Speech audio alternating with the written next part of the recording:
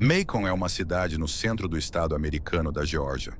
A aproximadamente 1 hora da capital Atlanta, é considerada uma cidade grande e abriga universidades relevantes, como a Mercer University. Lauren Giddings foi a primeira pessoa de sua família a frequentar a faculdade.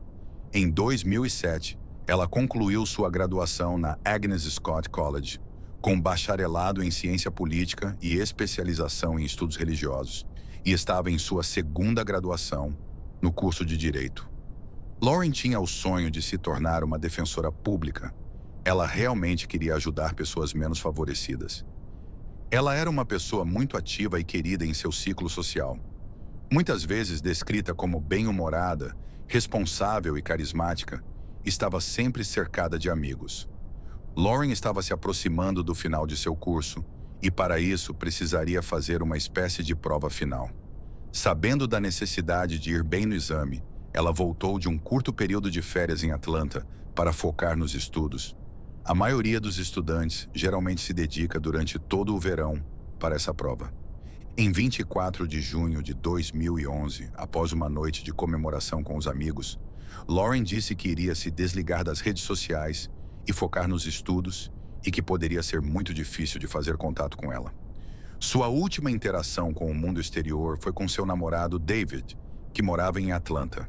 Ela enviou um e-mail por volta das 22 horas, no dia 25 de junho, e após isso, não respondeu mais ninguém, já que estava afastada de todas as distrações possíveis.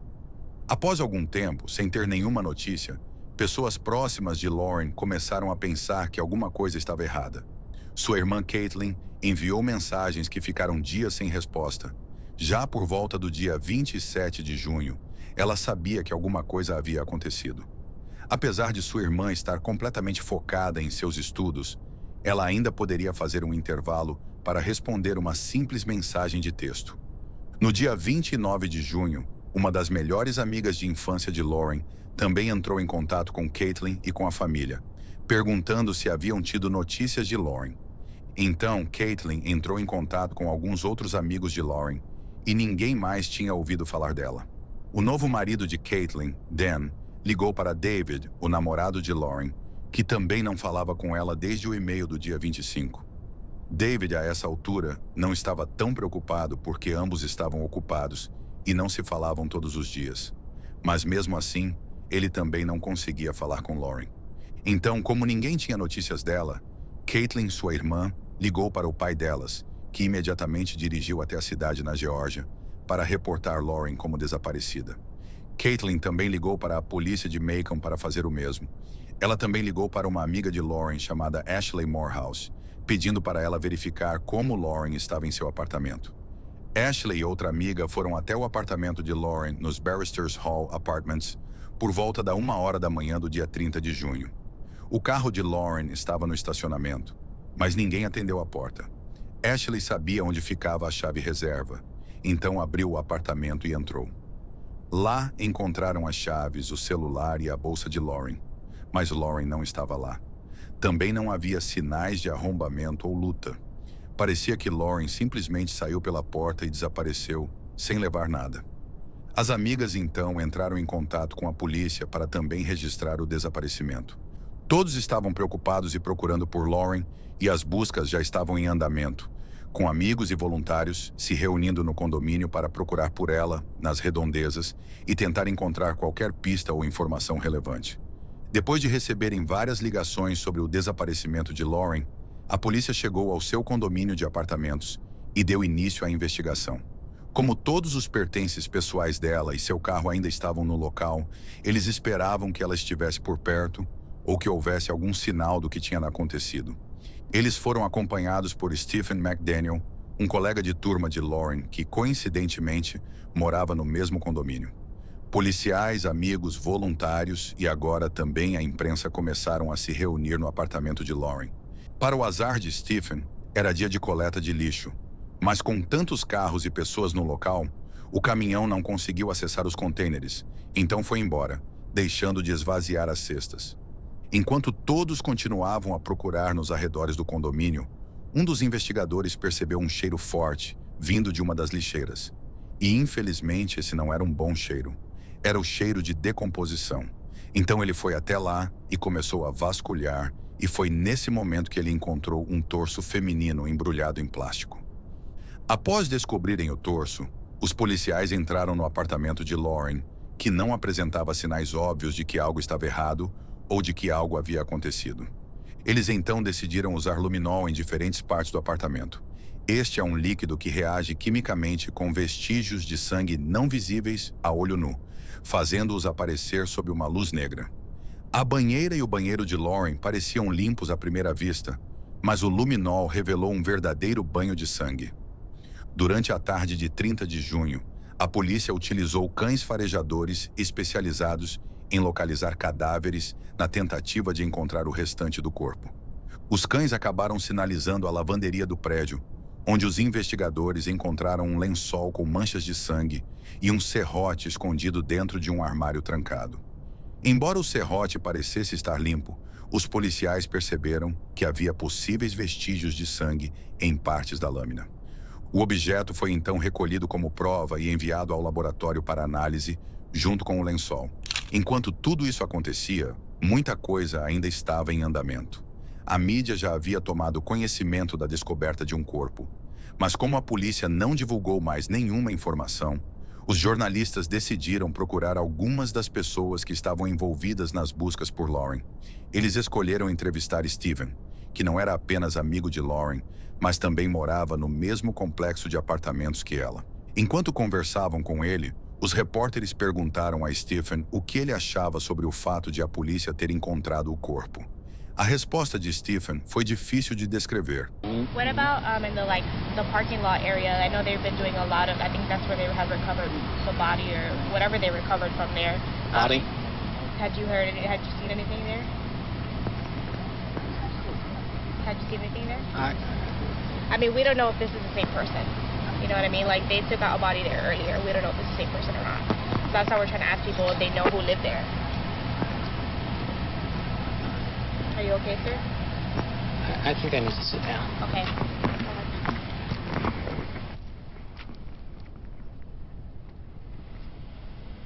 Os investigadores enviaram o torso encontrado para análise de DNA, utilizando como referência fios de cabelo retirados de uma escova de Lauren. Depois de algum tempo, veio a confirmação. O torso era de fato de Lauren. As análises também confirmaram que o sangue encontrado no serrote e no lençol era de Lauren. Diante dessas provas, a polícia foi até os apartamentos do prédio e solicitou a entrada para realizar buscas. Todos os moradores aceitaram sem resistência. Todos, exceto Steph. Depois de certo tempo, a polícia finalmente conseguiu acesso ao apartamento de Stephen e encontrou um local abarrotado de objetos peculiares. Descobriu-se que ele tinha tendências acumuladoras, mantendo vários tipos de coleções, desde alimentos e garrafas vazias até armas de fogo, espadas e até armaduras medievais. Embora tudo isso chamasse a atenção, nada disso era por si só ilegal. O que realmente preocupou as autoridades foi o fato de que Stephen possuía chaves mestras que abriam todos os apartamentos do prédio, incluindo uma chave do apartamento de Lauren. Com isso, as buscas no local continuaram, e foi nesse momento que encontraram a embalagem de um serrote. Essa embalagem correspondia exatamente ao modelo ensanguentado que havia sido encontrado anteriormente na lavanderia do prédio. Nos dias 30 de junho e 1º de julho, a polícia conseguiu e executou mandados de busca tanto para o apartamento quanto para o carro de Stephen. Ele foi então levado para ser interrogado e, durante esse processo, foi questionado especificamente sobre Lauren. O interrogatório durou 2 horas, mas Stephen pouco falou. Sua postura foi evasiva e ele praticamente não contribuiu com informações relevantes. A seguir, um exemplo do que essas longas 2 horas de entrevista representaram. O comportamento de McDaniel durante o interrogatório foi extremamente apático e perturbador, limitando-se a respostas monossilábicas como sim, não e não sei. Ele demonstrava um aparente estado de choque ou dissociação da realidade. No entanto, esse distanciamento emocional diante de questionamentos sobre um crime tão grave levanta sérias dúvidas sobre sua estabilidade mental e sua frieza. Características que, em vez de sugerirem apenas confusão, podem indicar uma tentativa calculada de manipular a investigação ou esconder culpa. Ao longo do mês seguinte, os investigadores continuaram reunindo evidências e vasculhando o apartamento de Stephen, incluindo a análise de seu computador e outros arquivos digitais. Foi então que surgiu uma nova e perturbadora dimensão sobre a vida pessoal de Stephen. Entre os dados encontrados havia material inapropriado e explícito envolvendo crianças. Algo extremamente grave que revelava um lado ainda mais sombrio de sua personalidade e aprofundava as suspeitas sobre seu comportamento e intenções. A polícia também descobriu um histórico de buscas na internet feitas por Stephen, pesquisas que ele posteriormente tentou apagar. Essas buscas revelaram que ele estava investigando Lauren com frequência. Cerca de 2 meses antes do assassinato, Stephen acessou repetidamente os perfis dela no Twitter, Facebook e LinkedIn, chegando até a procurar por fotos íntimas dela na internet. Paralelamente, ele também pesquisava temas extremamente preocupantes, como atacar mulheres enquanto dormem, quanto tempo uma pessoa permanece inconsciente após ser desacordada, além de consumir vídeos adultos com conteúdo violento e explícito. Esses dados digitais não só reforçavam o perfil perturbador de Stephen, como também indicavam um planejamento prévio com intenções claramente perigosas. A polícia também encontrou registros que mostravam que, entre abril e junho de 2011, Stephen fez compras no Walmart e na Target. Entre os itens adquiridos estavam água sanitária, tesouras, equipamentos de pesca, lanternas, luvas de látex, remédios para alergia e capas de chuva, todos comprados em momentos diferentes. Vale destacar que, isoladamente, nenhum desses itens prova que Stephen era um assassino. No entanto, o conjunto dos elementos, somado ao seu comportamento e às buscas online, começava a traçar um quadro cada vez mais suspeito. Foi o suficiente para que o Estado apresentasse acusações formais de homicídio contra Stephen, em agosto de 2011, um mês após sua prisão. O julgamento se aproximava, ainda que de forma lenta, com ambas as partes solicitando mais tempo e entrando com novas moções relacionadas às provas. Em fevereiro de 2013, a família de Lauren pediu que os promotores não buscassem a pena de morte. Não por causa de Stephen, mas porque Lauren, em vida, era contra essa punição. Foi uma grande concessão, já que a pena de morte costuma ser usada como uma forma de pressão para obter colaboração dos acusados. Certamente foi uma decisão muito difícil para a família. No entanto, em abril de 2014, algo totalmente inesperado aconteceu. Stephen mudou sua declaração e se declarou culpado. A mudança fazia parte de um acordo com a promotoria. Em troca da confissão, as acusações de roubo e posse de material infantil seriam retiradas. E Stephen teria que relatar os detalhes do que realmente aconteceu com Lauren. Ele aceitou o acordo. Segundo o relato de Stephen, tudo aconteceu na madrugada do dia 26 de junho. Na noite anterior, dia 25, Lauren havia enviado um e-mail para David e depois foi dormir, como em qualquer outra noite. Stephen, no entanto, já vinha espionando Lauren, filmando-a e tirando fotos de seu apartamento naquele mesmo dia. Por volta das 4 horas da manhã de domingo, dia 26, ele se vestiu completamente de preto, colocou uma máscara e luvas e usou sua chave mestra para entrar no apartamento de Lauren. Ele foi até o quarto onde ela dormia, mas antes que pudesse fazer qualquer coisa, ela acordou. Ao ver um homem mascarado em seu quarto, reagiu com calma e disse para ele sair dali imediatamente. Stephen então a atacou e começou a estrangulá-la. Durante a luta, os dois caíram no chão e o corpo de Lauren acabou parcialmente sob a cama, o que, segundo Stephen, a impediu de chutá-lo ou escapar. Mesmo assim, ela conseguiu arrancar sua máscara e, ao reconhecê-lo, implorou: Stephen, por favor, pare. Mas ele continuou a enforcá-la com as próprias mãos. Ele alegou que pode ter levado cerca de 15 minutos até ter certeza de que ela estava morta. Depois, levou o corpo até a banheira e retornou para seu apartamento. Na noite seguinte, voltou ao local e, com uma serra, desmembrou o corpo, removendo a cabeça, braços e pernas. Ele embrulhou os membros em várias camadas de sacos plásticos e os jogou em um container de lixo próximo à faculdade. O tronco, por sua vez, foi colocado na lixeira do próprio condomínio alguns dias depois. Stephen então limpou o banheiro e descartou a serra em um armário trancado na lavanderia.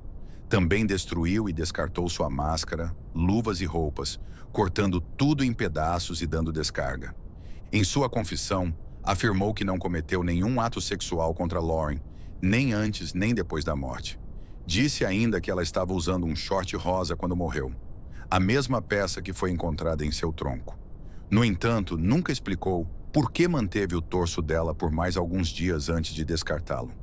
Como parte do acordo judicial, Stephen foi condenado a uma pena de 30 anos de prisão perpétua, com possibilidade de liberdade condicional. No entanto, ele só poderá solicitar a condicional a partir de 2041. Na confissão, Stephen não ofereceu justificativa para seu ato. Alegou que, após matar Lauren, estava em um estado de delírio e, de certa forma, acreditava que ela ainda continuava viva e que poderia encontrá-la. Reconheceu ter cometido o crime, mas disse não conseguir explicar o porquê de tê-lo feito.